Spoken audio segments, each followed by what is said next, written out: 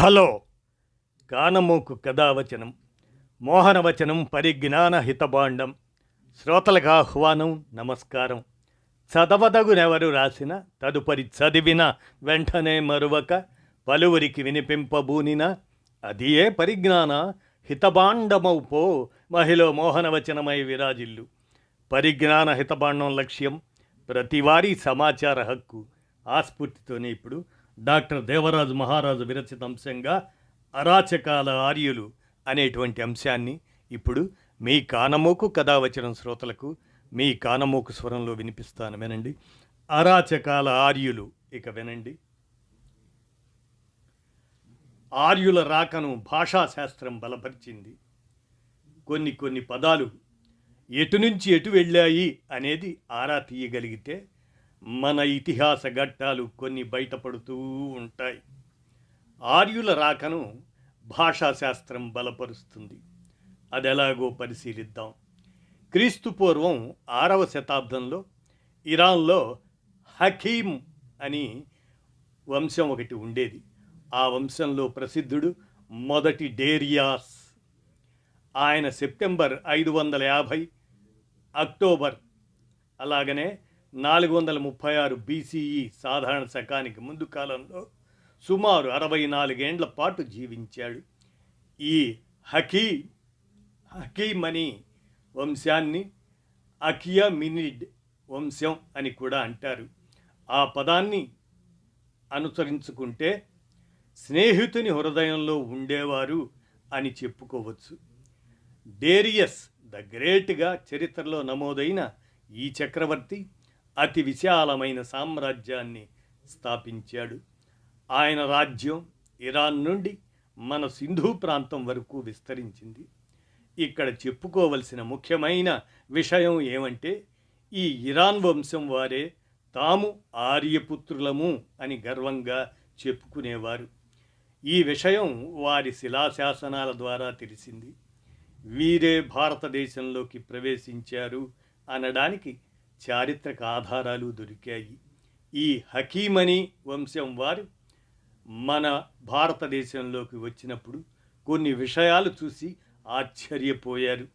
ఇక్కడ భారతదేశంలో బావులు ఉన్నాయి, అక్కడ వారి అరబ్ ప్రాంతంలో లేవు. ఇక్కడ ఏనుగులు ఉన్నాయి, వారి ప్రాంతంలో లేవు. ఇక్కడ మన దేశంలో పెద్ద పెద్ద చింత చెట్లు ఉన్నాయి, వారి ప్రాంతంలో లేవు. ఇవన్నీ వారికి సంభ్రమాశ్చర్యాలు కలిగించే విషయాలయ్యాయి. అరబ్ దేశాల వారు నీటి కొరకు వర్షాల మీద ఆధారపడతారు.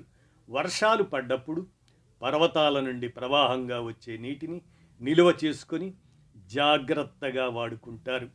మనకు ఇక్కడ సింధు నాగరికత నాటి నుండే బావులు ఉన్నాయి.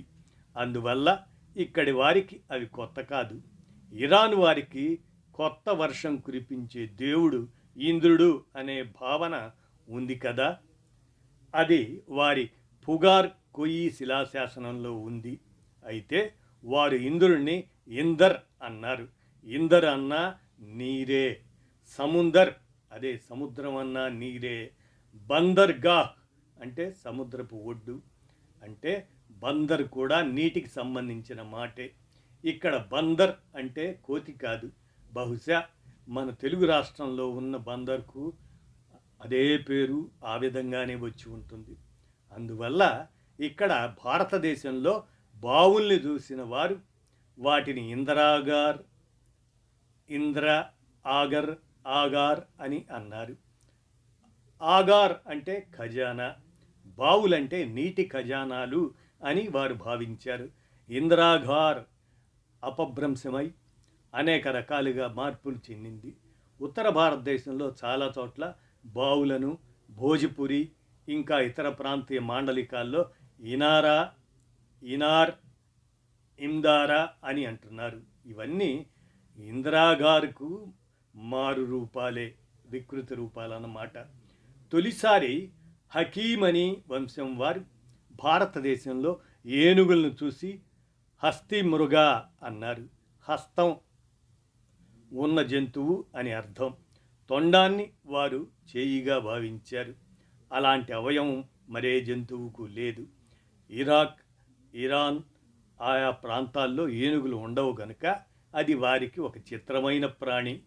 మృగహస్తీన్, మృగ అని ఎందుకు అన్నారంటే మృ అంటే మట్టి, గా అంటే గమనం.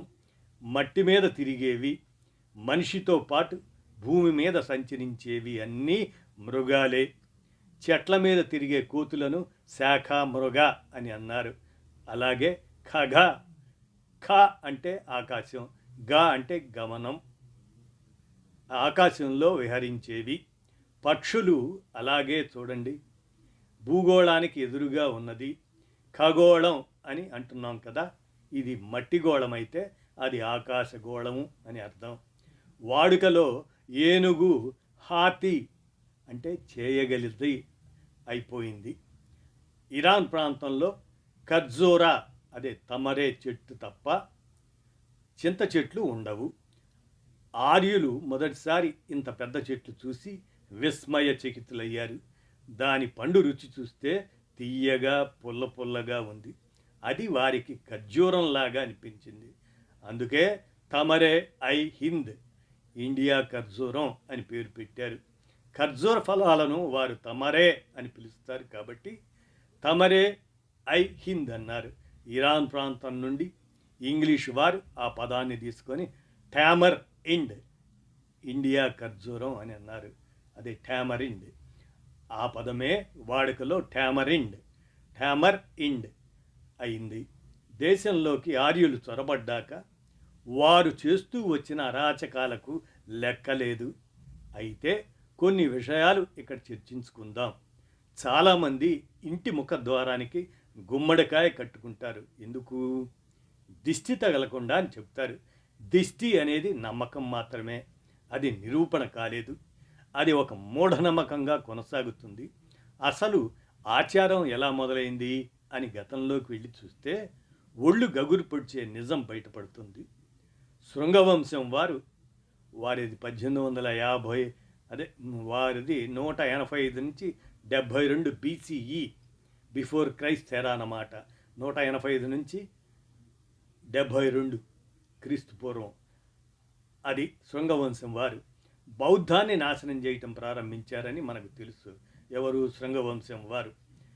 బౌద్ధ భిక్షుల తలలు నరికి తెచ్చిన వారికి పుష్యమిత్ర శృంగుడు, ఆయన క్రీస్తు పూర్వం 185 నుంచి 149 వరకు జీవించినటువంటి వ్యవహారం. ఆ పుష్యమిత్ర శృంగుడు బహుమానాలు అందించేవాడని కూడా మనకు తెలుసు. ఎట్లా? బౌద్ధ భిక్షుల తలలు నరికి తెచ్చిన వారికి.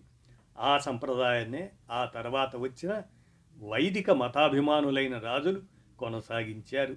వీరి ఆగడాలు తట్టుకోలేక ప్రాణాలు కాపాడుకోవడానికి బౌద్ధులు చుట్టుపక్కల దేశాలకు పారిపోయారు. అదంతా మళ్ళీ వేరే విషయం. ఆ సమయం నుండే తాము ఒక బౌద్ధ భిక్షు తల నరికామని గర్వంగా ప్రకటించుకోవడానికి కొందరు తమ ఇండ్ల ముఖద్వారాలకు తల ఆకారంలో ఉండే గుమ్మడికాయని కట్టుకునేవారు.